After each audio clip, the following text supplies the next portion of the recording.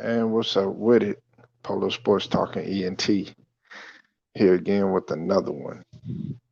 Hit that like, hit that sub, hit the comment section, and of course we are live, so you could comment, say whatever you want to, and let's just jump right into this thing. Look here, Dr. J, aka Julius Erving, came out and boldly stated that today's brand of basketball and today's NBA players are softer uh, than his era. Okay, and he was also talking about the Sixers, man, and how they need to be patient and everything. Uh, you know, look, this is basically what he said. All right,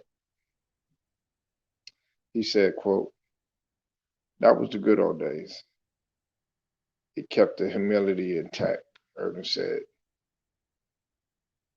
"Quote You felt honored to be a professional athlete and not privileged because there were just some things you just had to suck it up and go do. We depended a lot on our trainers and equipment managers and what you have to move the franchise from city to city. And you always had to catch the first flight out next the next morning. So we didn't have a lot of the conveniences they have today. But that's okay. I think it's made some of the players a little softer than the 70s, 80s, 60s, and 50s players. But there's fan appreciation for softness and finesse, and it is what it is. End quote. um, you know, and I'll get to the Sixers portion in a minute. Now, he did say he did talk about the 76ers team because as you know, Dr. J, he spent 11 seasons with us, and this is what he said about the Sixers. He said, "quote I think the Sixers have been a source of frustration in playing in Atlanta this year. I think they were the favorite, and Atlanta just surprised us." End quote. He continued and he said a couple of years ago, 7 games against Toronto and Kawhi hits the shot, and there's a degree of luck that you got to have in order to get to the finals. There's some luck even involved in the finals, where usually the best team wins, not the lucky team. But getting there and going through that process to get there with all those playoff rounds and the number of games that you have to win to beat a team 4 times is no small feat. You have to be focused. You have to have concentration, things going your way, and have to forget about the referees. They don't decide the outcome of the game. The players decide the outcome of the game. He said he said it's been a long drought in Philadelphia. You think our fans are eagerly awaiting for the team to get over the top. And there's a lot of controversy with the Ben Simmons situation, but it seems like the team is staying pat with their big three, which is Joel, Ben, and Tobias. Nah, not Ben no more. I think if they add pieces, they could get if they add pieces, get another year in with Doc Rivers because last year was his first year on a job with the Sixers. Sometimes you need time with people to really know how to bring the best out of them. I'll get to that. I'll get to that statement in just a minute. First off, I do want to address the initial statement that was made by him. Okay, now when it comes to the NBA game, nowadays, um, it how can I put this? You can't. Is it less physical than what it was, say, like in the 60s, 70s, and 80s, and even the 90s? Yes, it is. But I think when he says soft, he's talking about the mentality of the players nowadays. You know what I'm saying? Um, See, a lot of people got to realize that back when you played in those days, you couldn't come with all the excuses, and it was kind of no nonsense. You know what I'm saying? And a lot of guys took pride in being the Iron Man and really being diligent with their craft in terms of playing a full season, playing 82 games, even if they play hurt. You know what I'm saying? And going through the rigorous, um, the practices, uh, the bumps and bruises, the ups and downs and stuff, and still just grinding it out. Guys took pride in that. But see, nowadays, a lot of the players, they think about, the longevity, which I'm not I'm not knocking that fully, because if you're hurt, you're hurt, and if you can't go, you can't go. But see, where I draw the line in that is that, don't tell me that you're hurt and then you up walking regular, you going to go celebrate and you going to go do all these other, festivities or something like that. But then you're not that hurt to get out there and fight for your team. But you want to say that you hurt and preserve your body and everything, when that one little kid or that fan who's been itching to see you, for their entire life, they've saved up all the little money that they have to come and see you play, then they can't never see you. They probably won't even have an opportunity again, and they came to that game just to see you. So you got to look at it from not only a standpoint of being there from your or for your teammates, but you also have to look at it from a standpoint of the fans. These people, they save up their hard-earned money. They take days off of work. They rearrange their schedules. People got to get babysitters. People got to make all these different arrangements, and then you go out there and you not show up. You have to look at that sort of thing. But in terms of saying that it's soft to where the physicality is not there, one can argue that, and a lot of people can debate that.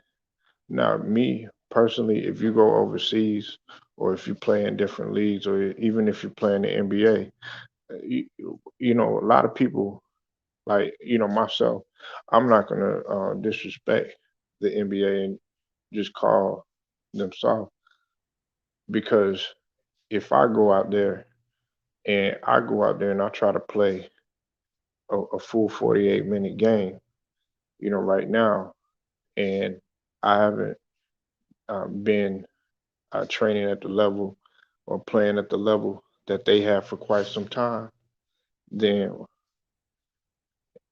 I'm not, you're gonna have a real big reality check, because when you get knocked on the floor, then you'll be like, oh, okay, well, dang, I had them all wrong. So it's easy. What's up with it, Celtics Nation? I see you in the building. So it's easy to sit up there and call the NBA soft, and call, um, today's game soft and everything. But Dr. J can actually say that. What's up with it, Matt Moses? I see you in the building. Dr. J can actually say that. He's privileged to say that because he played in in three different eras. You know, when you talk about the 60s, when you talk about the 70s, and when you talk about the 80s, you know, so he had the luxury of seeing all the eras. And the ABA, it was physical too. Don't get it twisted. The ABA was physical too, even though it was more high flying and it was more entertaining than the NBA. It was still a lot of physicality involved. The NBA was more serious. The ABA was much more flashy. That's why the NBA stole from the ABA. They adopted a lot of the stuff that the traditions that the ABA had. So you know, for Dr. J to make a statement like that, yeah, it's gonna rub some people the wrong way. Do I feel like the NBA is a lot softer than the 60s and the 70s and the 80s? Yeah, of course, it's going to be with the rule changes, but I'm not going to sit up here and disrespect the NBA and say, oh yeah, this guy's soft, that guy's soft, or anything like that, because you know when you see that guy in person and then you have to actually play with that guy, then you'll get a reality check. But that's why like I trip on some people. They sit there and they say, okay, well, that player's trash. This player's trash. Well, can you guard Russell Westbrook? Can you guard LeBron?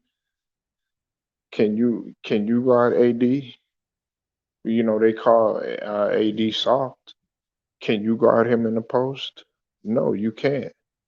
So that's why I never, you know, you gotta be of the understanding that, you know, when you say a statement like that, you gotta put some muscle behind it.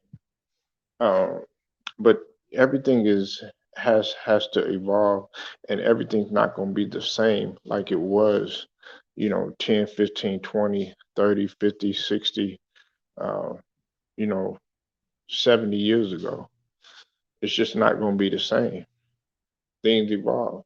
And the other thing that you also have to look at too is that a lot of people they they want to compare different eras, uh, you know, not taking into consideration of the changes, the significant changes that had taken place.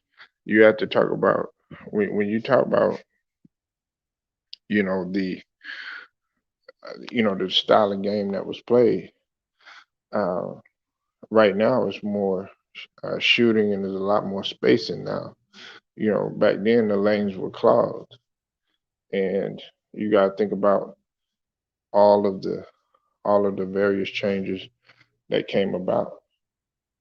You know, like with the zone defenses and you know the hand checking. Of course, that's been the number one thing that people always talk about is the you know the hand checking rule and being you know the physicality in that regards. So if a lot of those players had played today that say that the NBA was soft and everything like that. Like AI, he was on Club Shay Shay, and he said with the spacing and with the rule changes today, he said he would have thrived in this era. He probably would have boosted his average, and I believe him. I definitely believe him.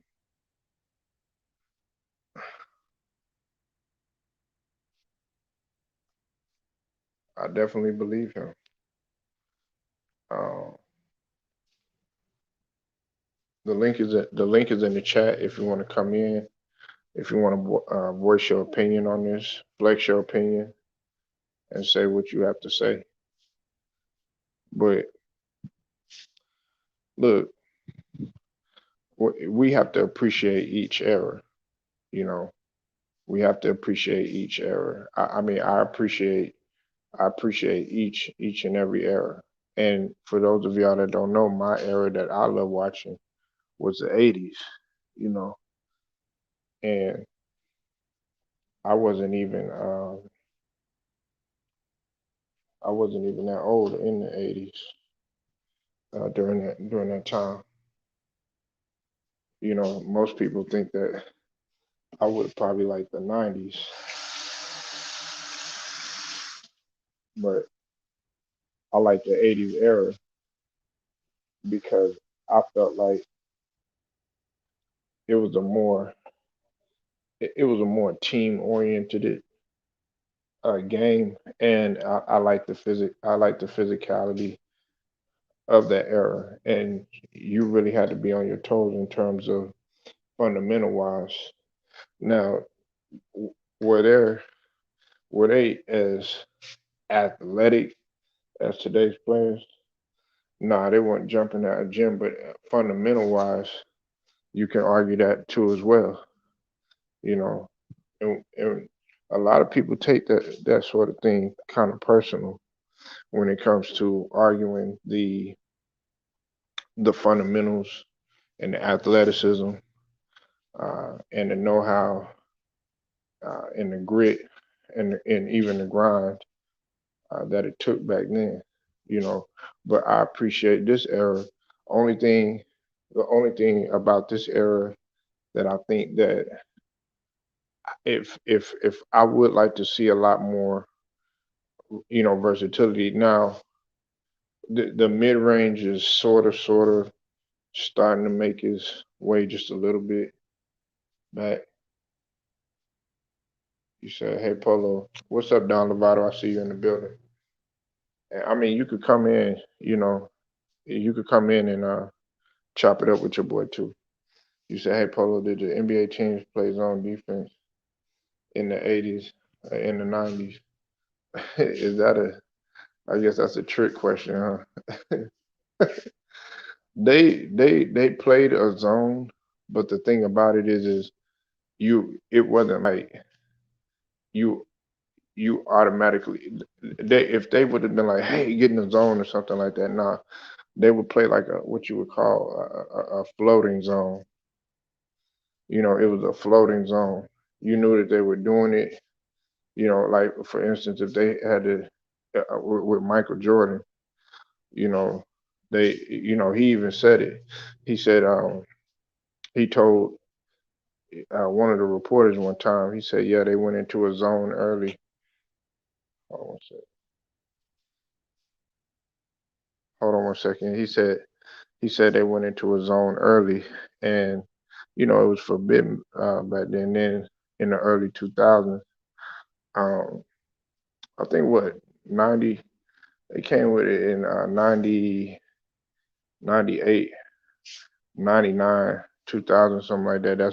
That's when they started implementing the zone, and it was a lot of people give credit to AI because of that, because he was such a incredible. He was able to get to the right. They couldn't understand why a guy that was 5'11", or listed at 6 foot, 6'1", was able to get to the rack, uh, like he was, and been able to shake people out of their shoes and stuff because they hadn't seen anything like that before. But my bad, Don Lovato, man, what's up with it, man? Not much, man. Hey, good segment tonight. How you doing tonight, Polo? I'm chilling, man. What's up with it?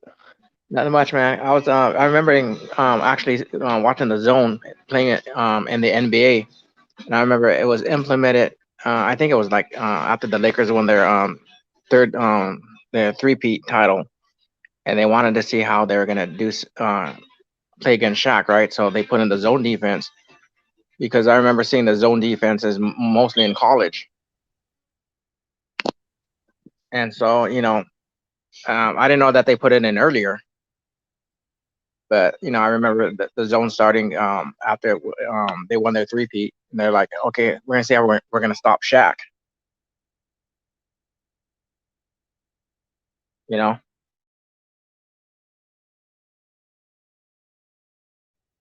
So what do you think about what I just said?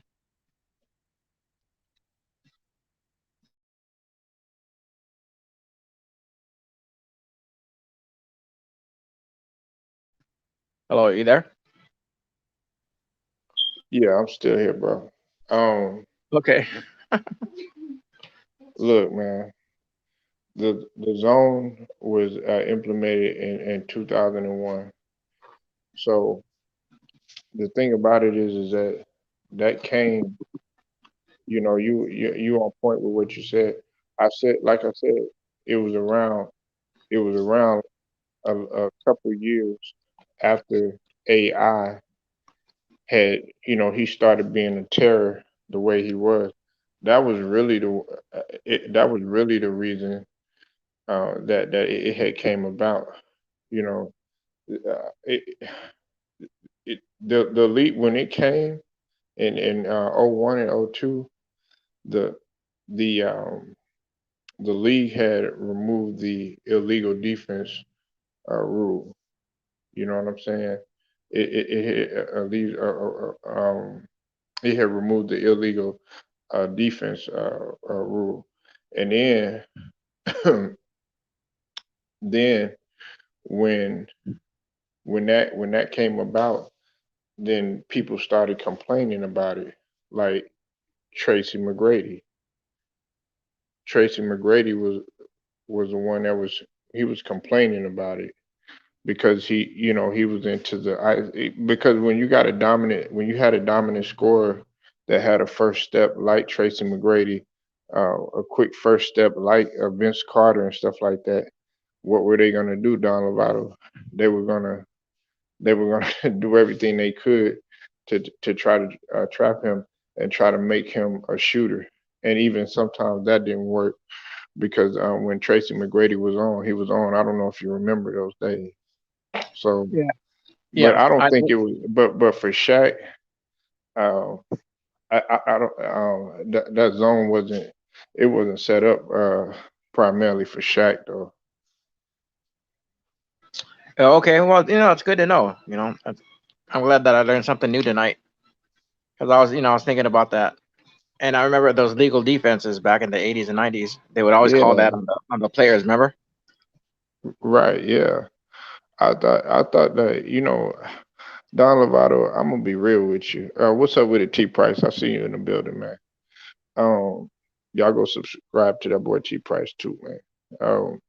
Look, when it came to the the they got the 3 second rule, and then they got the defensive 3 second rule and all that stuff.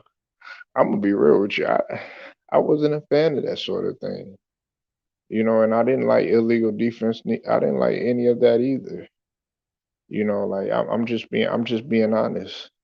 And but the zone, I didn't mind the zone. Because that's the reason why they want you to play things like college ball, and they want you learn in high school and stuff like that because you're gonna face many defenses. I mean you're gonna face a 1-3-1, you're gonna face a 3-2, you're gonna face a 2-3. You know what I'm saying?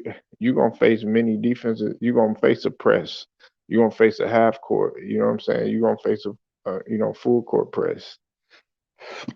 So it's just like how well are you in breaking down a defense both full court and as well as in the half court position, in the half court. That's true about that. I remember. I would look at the college defenses. I know that the trap defenses work in college, but for some reason, how come it doesn't work inside the NBA? Because I know that when Rick Pitino was coaching at Kentucky, and then he came over to the Boston Celtics and he tried using that trap defense, Hmm. like it never worked. Right. Remember that?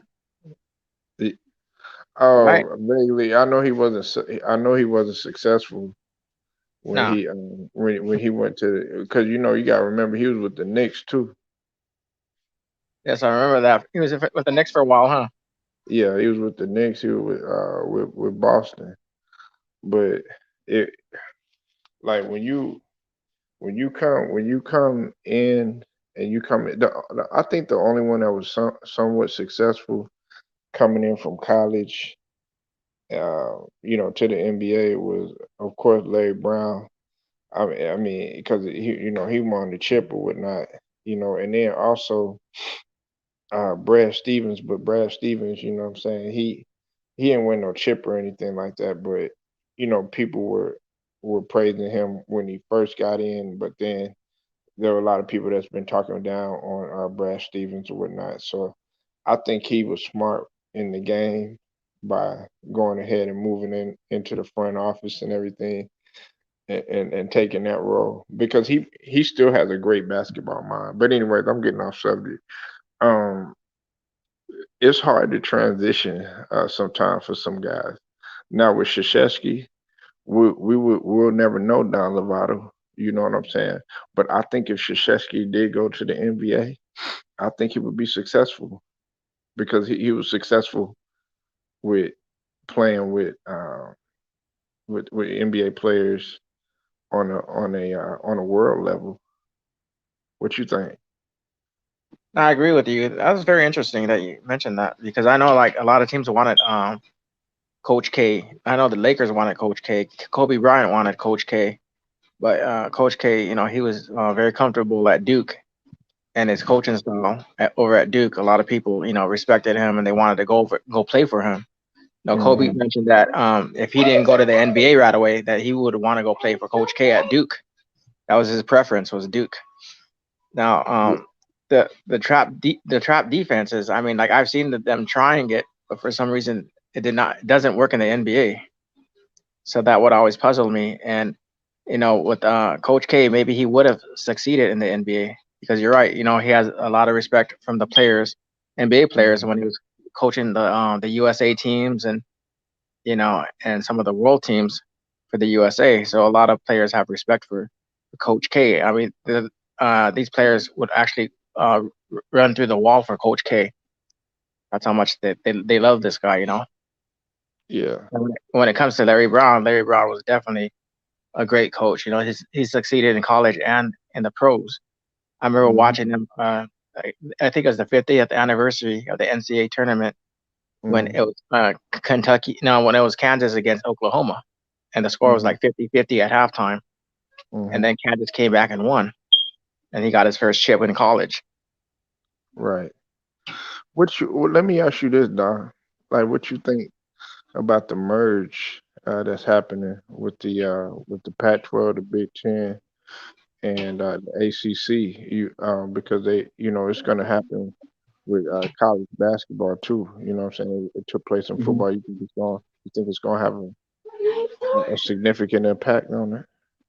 Well, I was reading that. I think that didn't the Pac-12 pull out of it? I heard that they didn't want to do it for right now. That's what I was reading, but I think it's very interesting. It kind of reminds me of interleague play if you like Major Whoa, League whoa, whoa, whoa, Baseball. wait. Hold on. You said what?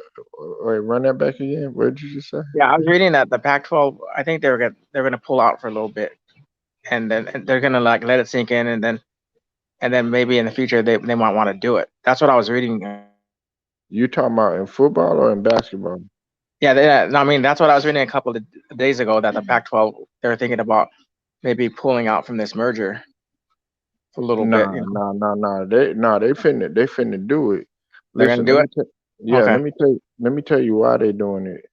Listen, I don't know if you caught any of my videos, but when I did it right after the the press conference had taken place. Listen, the reason why they doing it, Don Lovato, is because the SEC they got enough power right now and enough muscle to actually just be their own entity. Listen, people are trying to move away from the NCAA right now because y- they feel like the NCAA pretty much is a middleman. You know what I'm saying? It's like, well, what's the point here? And you got all these other teams. See, look, this is, who's left out in the cold is the Big 12 because guess who went to the SEC? Texas and Oklahoma. Right. They just went to the SEC. So the Big Hmm. 12 is in the cold. They don't Right. want they they don't want anything to do with the Big 12. I'm talking about the ACC, the Right. Pac-12, and the Big Ten. Now listen to this, okay? In order for a big needle to move, they're talking about the Big Ten having to go west, and guess who they got their eye on? They got their eye on a team like Oregon or Oregon. You know what I'm saying? They got their eyes on them in order for them to really make a move. And then another thing that will really shake the surface of college basketball too would be a thing like this down the bottle. If let's say Notre Dame went to the ACC, you understand what I'm saying? Yeah. That would really shake things up. But Hmm. pretty much down the bottom, what they look at the SEC. You know what they look at SEC as? They look at they look at the SEC as a Wall Street Wall Street tycoon that's just buying out different uh, different markets or whatnot, and putting everybody out of business. And so they gotta come to him if that makes any sense. Or it looks, looking like a real estate juggernaut that's that's pretty much taking over everybody, and so they got to come to him. And the SEC so powerful right now, so that's why they formed the alliance, because it's like they playing chess with the SEC. Right. So when is this supposed to take place? Is it this What you year or got? next year? Yeah, it's coming this year. Wow. I mean, Yeah, that's and with Texas to Oklahoma, it's supposed to be in 2024. okay. So I'm thinking because they still have to play their conferences, right? Like the Pac-12, let's say. So so I'm sure that they're gonna schedule some games right against the Big 12 or the other teams that they merged with, the conferences. They don't want see, Big 12 is, I'm gonna tell you who they at war with. The Big 12, salute to you, Theo B. I see you in the building, man. And I'm gonna get to that message in a minute. The Big 12 is at war with Fox. And let me tell you why, Don Lovato. The reason why they are at war with Fox is simply because, okay, like, Don Lovato, what time do you get up in the morning? I get up like about like 6 o'clock. Okay, you get up early. A lot of people like that are on Saturdays, you know what I'm saying? They want to see all the mediocre games, like, you know, in the morning times and stuff like that. Well, their biggest issue, see, the Big 12 and Fox are in disagreement because of the times in which games were scheduled. And one of those examples is like, for instance, a traditional game is like Nebraska and Oklahoma, because that was a championship game, and it was a traditional game. They wanted to schedule that at like 11 a.m. when that should be, like a prime time game. So it's issues like that that that they having. And so, and Fox right now is that powerful. Is more powerful. They're more powerful than ESPN. You see all the stuff that's going on in ESPN. You know what I'm saying? Max Kellerman getting fired from First Take. Rachel Nichols. You know what I'm saying? She pretty much, So they getting rid of her. yeah. And And ESPN cleaning house. So it goes a lot deeper than just, okay, just the actual conferences itself. It has to do with the broadcasting and the networks too. and what's interesting about that is after that beef between Rachel and Maria Taylor, you knew that, Hmm. and everybody knew that ESPN was gonna let her go. But the thing is, they had to let her go gradually, else that would have caused a war between all the all the other folks. So eventually they're just gonna totally kick her out, and she's gonna have to probably go work at Burger King or something. Well, I'm gonna tell you like this: it's gonna be hard for Rachel Nichols to get a job in the industry again, with broadcasting or any of that. And see, listen, I'm gonna tell you like this, Don Lovato. Everybody was jumping on Rachel Nichols. They were like how great she was and all this other stuff. Rachel Nichols never was that great. She wasn't even as versatile. She nowhere near as versatile as Maria Taylor was. Think about it. We already talked about this. Maria Taylor was working with the SEC network. You know what I'm saying? Doing volleyball, doing football, doing basketball, doing on the professional level and on the collegiate level. You know what I'm saying? She even was stepping in on First Take sometimes. She was stepping in on Sports Center sometimes. She Like, was stepping in on various different platforms and still being able to give her expertise. So she wasn't one dimensional. You know what I'm saying? She was very versatile in what she did. And on top of that, Don Lovato, you got a lot of people that are very ratchet and unprofessional, don't know how to really, hold their tongue for shit, such as Aisha Curry, which I'll get to in a whole minute. Uh, Maria Taylor, she was classy, and classy beats ashy all the time. See, you shoot yourself in the foot, man, when you talk about people, when you backstab people, when you do people wrong. And then, Maria Taylor won in the end. That's why she got to deal with NBC. I don't want her working for NBC, you know what I'm saying? Because NBC got a lot. They real crooked and they're racist. But besides all that, you know what I'm saying? She made the move that she made. yeah, no, that's true. And she could have even started her own podcast. Maybe made a lot more money. Maybe. She already got a podcast. Okay. Well, maybe. Yeah, she could have probably did some other things too. But she's probably doing right now. But yeah, she's very versatile. She's very diverse in her job, and right, she's done like all these different types of sports. She's not Hmm. one dimensional like just basketball or football. Yeah. She's done everything, and she's very good at her job. She, and see, my thing is this.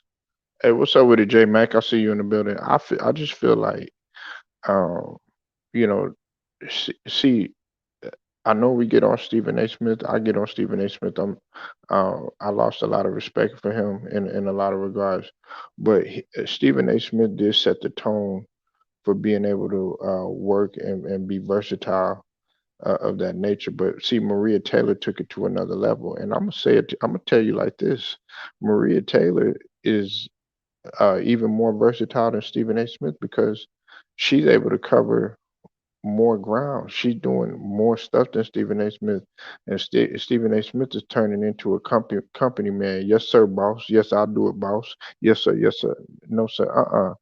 See, the thing about Maria Taylor is like, you're gonna pay me what I'm worth. You're not gonna just give me no three to 5 million. Do you believe? Do you know what I could do? I could go to SCC network and make 10 times as much as what I'm making at ESPN. I could jump on a podcast, what we doing right now, Don Lovato, and make 10 times as much as what I'm making now. She don't even need ESPN, as you said. She could start her own stuff. And they see that what's going on right now, Don Lovato. See, my first take these podcasts on this YouTube. I don't really look at first take like that and undisputed and all that other stuff because it's a bunch of bullshit and they steal from us. Shoot, they might be stealing from you, Don Lovato. There's probably be some stuff that they don't know. They'll listen to Don Lovato and they'll be like, you know what? I'm gonna use that as a talking point. And guess what? You're gonna see it on the TV. I know, man. These guys are a bunch of crooks. No, I believe you in that. I Right. heard a lot of stories that they come over and they steal a lot of people's mojo and takes. You know, and I heard about Stephen A. Smith. I guess wanted Magic Johnson to join them on First Take, or they wanted to start their own show. Did you hear about that? Yeah, I reported it, man. He wanted to start like a dream team with him, Magic Johnson, and Michael Wilbon. I say it like this. How you feel about it though? Well, for me, Magic Johnson. I remember watching him. He had his own talk show, and this guy does not know how to speak. No disrespect to him or anything, but the way when he would broadcast, I remember I would just laugh at the way he would broadcast basketball games, and Mm. because of the way how he speaks and he enunciates. I No, mean, he's evolved since then, man. You talking about like when he when he first got on. But everybody evolves their time. I mean, look at Chris Webber when he first when he first got on. Yeah, And I mean he's gotten a little bit better, but he ain't gotten too much better.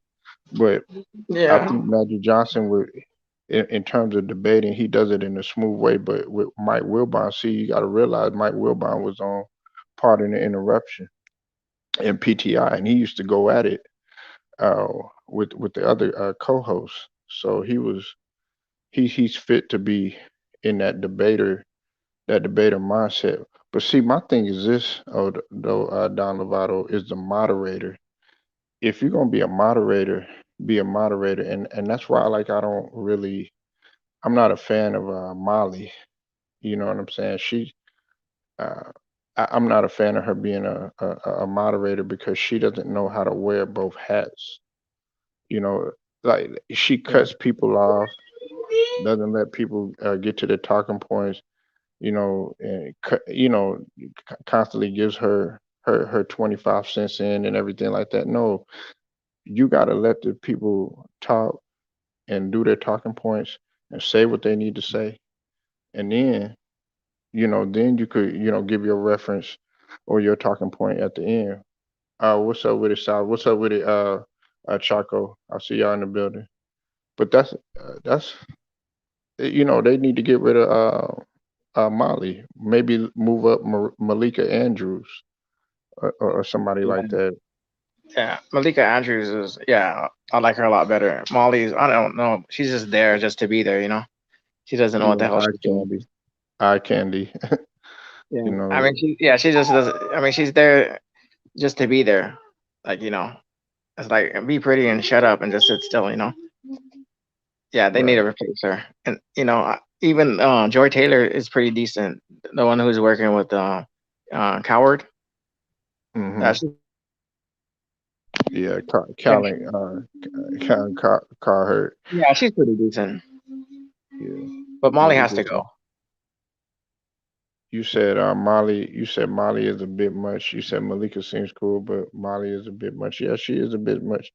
You know, me personally, I used to like Carrie Champion, but then she started cutting people off and doing that whole 30 thing. She started off really well, and then on top of that, there was some other stuff that I didn't really agree with what she was doing. But yeah, they got to get some of these young talent out there to see how it will work with them because ESPN is trying to get back to the worldwide leader, but I don't think it's going to happen. So many people have caught up to ESPN. Think about it, Don Lovato, you on here right now. You can't get on ESPN and say what you. Hell hell no, dude. Even you caught up, man. Yeah, hey, Polo, I think you passed up ESPN, man. You know For what I'm sure, dude. saying? And you Yeah, get to talk the way you want to. You get to say whatever the hell you want to. Well, Don Lovato, you can't talk like that around it. No, hell no. Don Lovato, man, poke your chest out, motherfucker. yeah, yeah. You definitely, passing up ESPN, man. Yeah, ESPN, in my opinion, has gone really downhill. And compared to, if I was to compare like 20 years ago, Mm-hmm. yeah, it's really gone, man. Who's that one guy? That one guy from Miami had a show on, I guess, on the Avatar, right? I think his name was Avatar. Mm-hmm. And I was, I would watch his shows occasionally, and I just couldn't get into his shows. Right, right. You Yeah, know, it's I like, how know did they get it's this guy on there? it's it's like it's dry. It's like it's dry. There's no entertainment, and they don't have nothing to go on. But if you go to Fox Sports, they even though Fox Sports is conservative, and see, this is the thing. They don't see that whole situation with Max and with Stephen A. Don Lovato. See, this is the thing.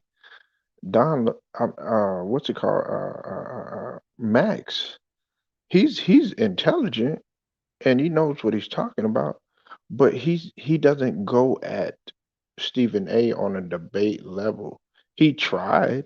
The network wanted him to go at Stephen A., but it just wasn't going to work.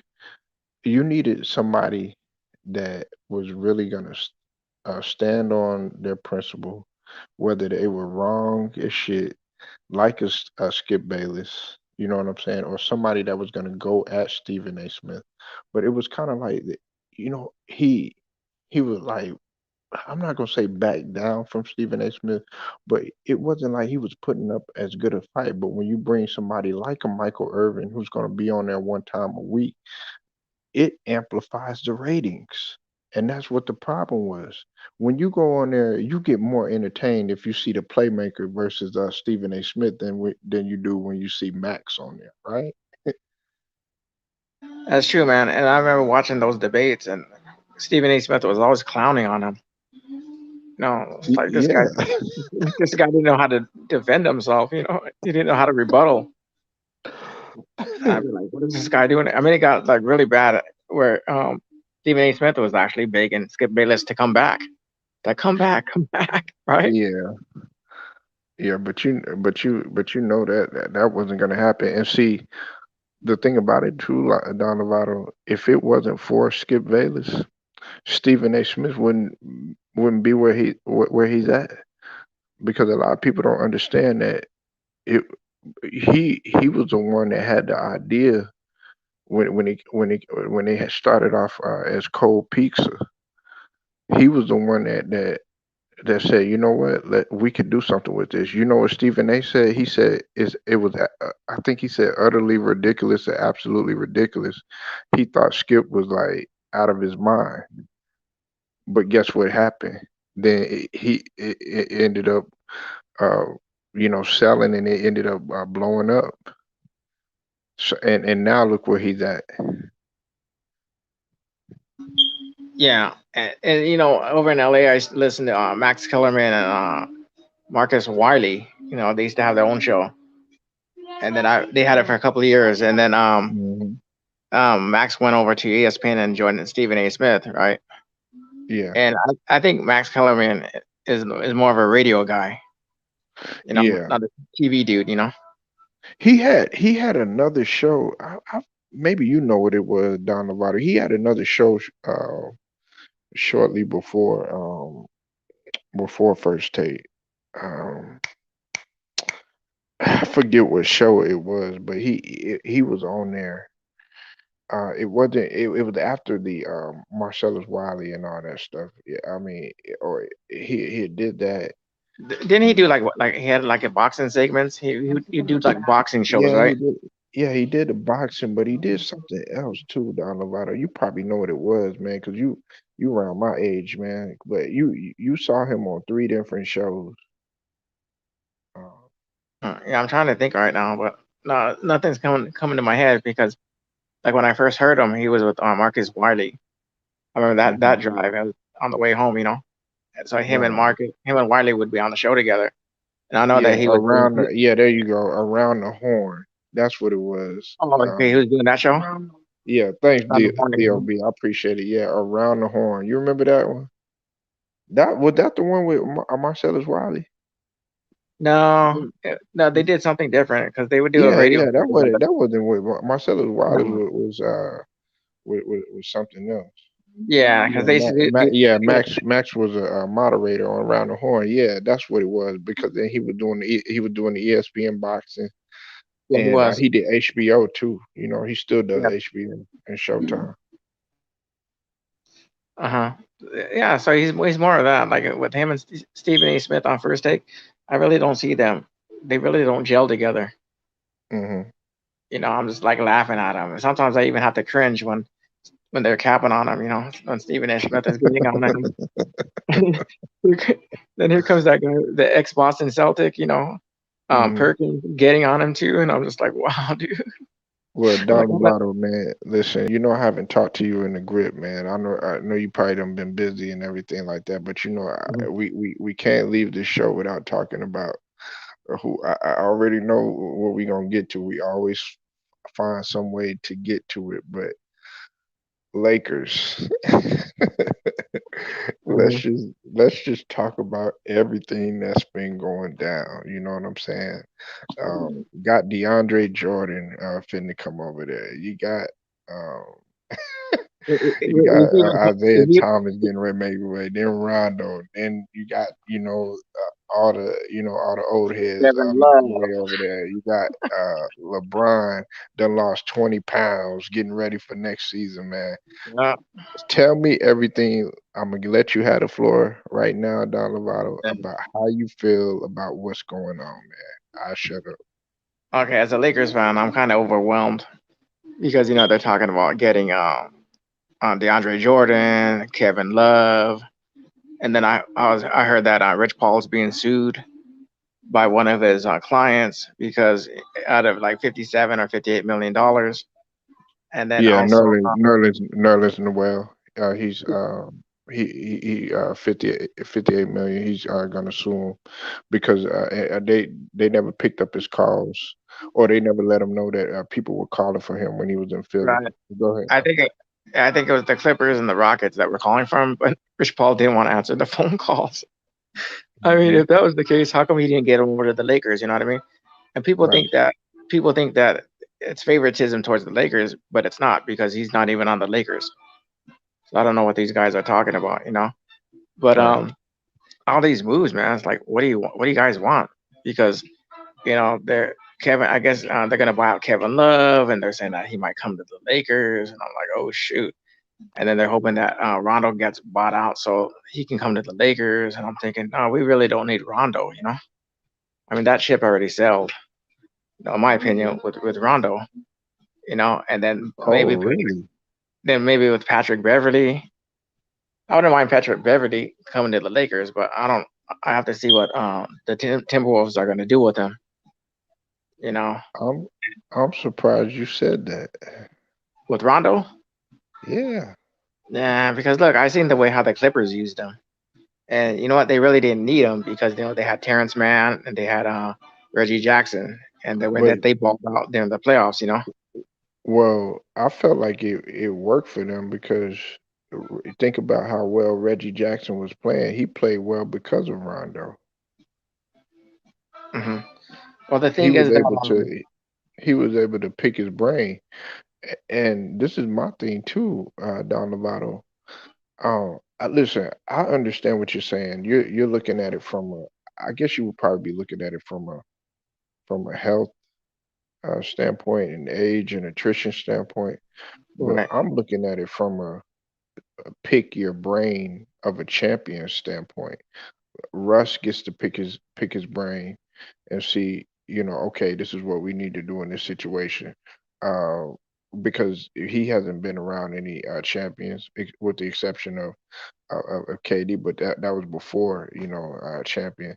And then Melo gets to pick his brain.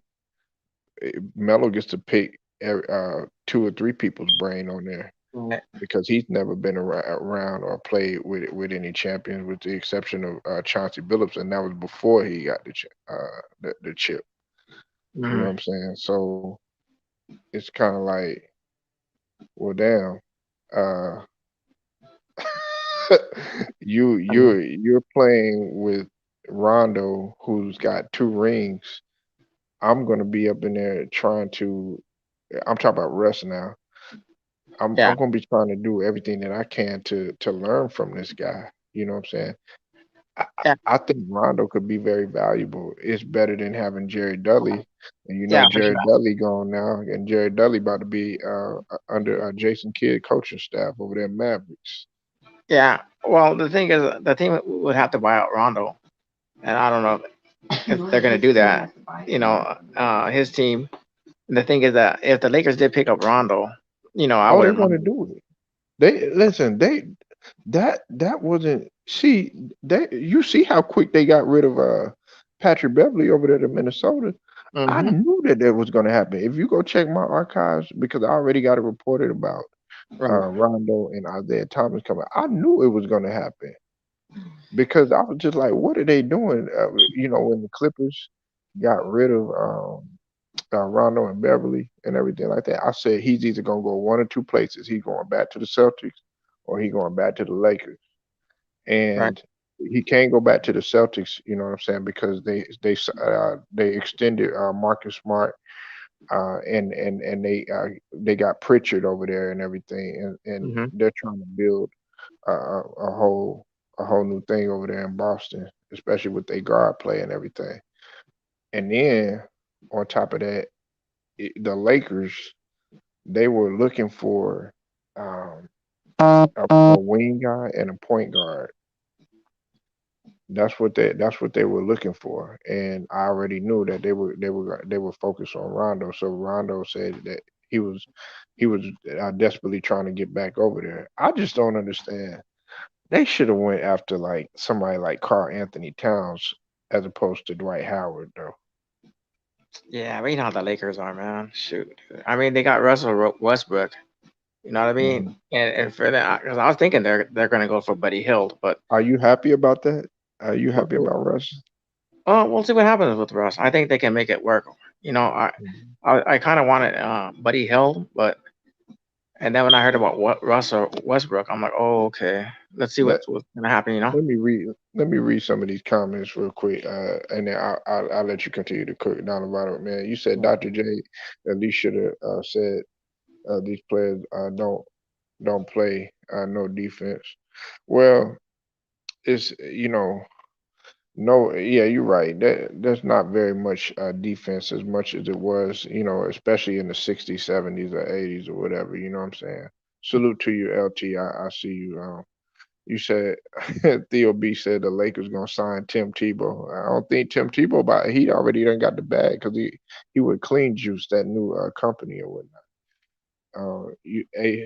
What's it called? Chaco Taco said, you got to think deeper. You said, use your mind. It's the most valuable tool. Yeah, that's facts right there. And Theo B said, Rich Paul wasn't Nerlens Noel agent at the time. His agent was happy watching Nerlens Noel hired Rich Paul years later. Nah, Rich Paul was his agent. It was when he was out of Dallas. Um, Plausible deniability. Nerlens Noel agent had turned down a $70 million deal. Yeah, we know about that. We're aware of that. I'm down to hop in after this mock draft if you'll let me in, Paula. Yeah, about to shut it down in just a few minutes, but we're gonna get into something else.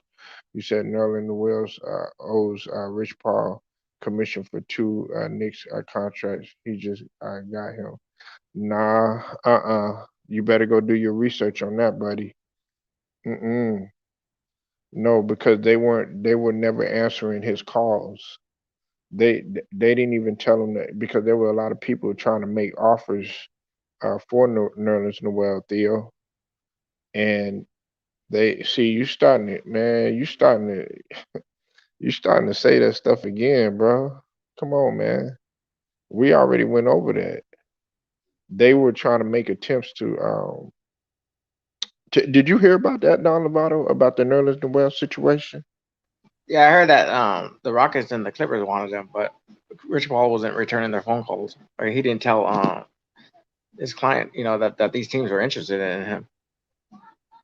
So Yeah, like especially a lot of Clipper fans they got mad about that. You know, if he really wanted them on the Lakers, he could have had the Lakers make a deal for him. And oh yeah, everybody's saying that it was LeBron's idea for Rich Paul not to tell New Orleans anything, which I think is a load of crud, you know. right, Yeah, because right. See, people always blaming LeBron for everything. yeah, look. I'm gonna go over it again, okay? And I'm gonna tell you where had taken place. All right, listen, okay, he's right. Theo B is right. He said that he was with Happy Walters in the beginning. You know what I'm saying?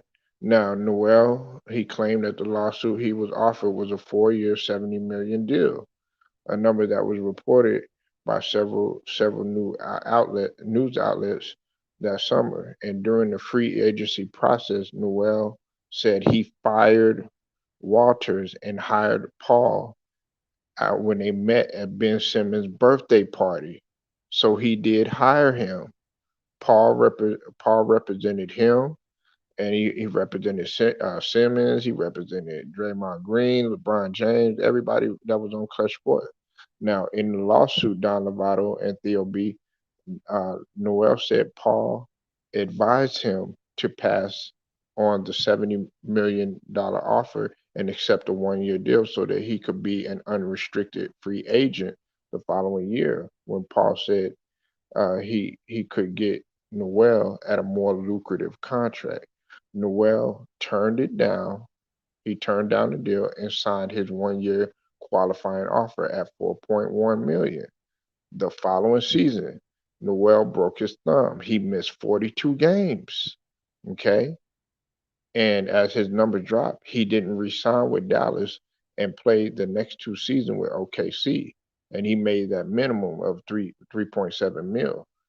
He played last season for the Knicks and was making about 5 mil and remained with Paul for all four contracts. He was with them.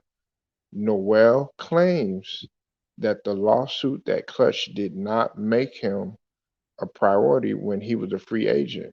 He wasn't responsive to the teams that were looking to sign. Remember, I just said that that were looking to sign him as a free agent. They failed to execute a multi-year deal with the Thunder, and that he was told that was in the works. And now separated from Paul the last season after signing with the Knicks. And they even tried to contact Brett Brown and about about Nerlens Noel, and he never told Noel what was going on. And when they asked Paul what was going on, Don Lovato, you know what Rich Paul had to say. He What do said, you "I do? declined to comment." Hey, that's how you do it, man. You gotta play that fifth, you know. He's something else. He's something else, that Rich Paul, man. I mean, like, where is No, he no, playing no, no, no, now? no, no, no, no, no. Rich, he hired Theo B. He hired Rich. He hired Rich Paul. He hired Rich Paul as his agent, man. You know, but Theo B, I'm gonna call you debunk, the debunk B, because you're always trying to debunk some shit, man. But this is evident. He wouldn't be suing him for no. But see, Theo B, this is what I told you, and Don Lovato knows what I'm talking about. See, the situation like this, it took place all the time. One example is when I told him Don Lovato about. You remember when Master P tried to start his own agency, his sports agency? You remember that? Yes, I do. Okay, who was his main client? It was Ricky Williams. Well, Ricky Williams, he chose to take the contract that he wanted to. They didn't force him to do that. That was his own way. He made that choice. So it wasn't P's fault. You know what I'm saying? And he got in touch with his lawyers and his advisors and all that other stuff. But he said he wanted to. He chose to make that. And see, at that time, 8 million was a lot of money for a running back during that time. Yes, I was. But anyways, I guess I don't know nothing. But Don Lovato, man, this happens all the time. This ain't nothing new with agents and stuff like that. Oh no, this has been going on for a way long time. You know, Give who me knows how some long? examples that Don Lovato, because I know you know. This has probably gone on like with boxing. I know for boxing for sure. A Oh lot of yeah, fighters in the past, you know, they always get juked out of their contracts. You know, their salary. You know, I remember watching real quick. You know, I remember watching that in a Cadillac Records. You know that movie. Did you ever see it with yeah, Ricky? with Beyonce. Yeah. And the thing is that this guy would pay his musicians with Cadillacs. You know what I mean? And so Yeah, when they would want money, you know, he'd say, "I'm paying on your cars, man." That's your money right Chuck there. Berry, man. Yeah, remember he was living in the car and he was like saving all his money. Muddy Waters. And the thing, like the only smart one was Holland Wolf because Holland Wolf paid everything with cash, and he would Yeah, drive his old beat up pickup trucks to the gigs. And so that's one example right there. But that same thing with like football players, with their agents, basketball players with their agents. That's why a lot of these players formed unions. I remember with Brian Upshaw, right? The Gene Upshaw, right? In the NFL, players had to go get that dude to represent them because a lot of them were getting, juked out of their contracts. So yeah, a lot of players, have been getting, swindled out of their money, with their agents. So yeah, it's been going on for a long time. This ain't nothing new. So when I heard about this, I'm like, oh shoot, okay. This is another player getting, screwed over by his agent. yeah, man. So we're gonna Yo, hear a lot, we're gonna hear a lot more of these Rich Paul's clients come out of the woodwork and start, accusing them of, him stealing money from them not being paid properly. yeah, man. Let me hey Don Lovato, I thank you for pulling up, man. FYF, I see you up in here, man. Lamont, man, I see you up in here. Theo B, A Santana, or Choco Taco, man. I'm gonna holler at y'all in just a few minutes. I got another video to get into, man. But I thank y'all for pulling up, man. It's Polo Sports Talking ENT, man. I'm gonna get at y'all a little bit later, all right? Thanks for inviting me, Polo. I appreciate it. Yeah. Y'all like and share, subscribe to the video if y'all like the content, man. I'll get at y'all later.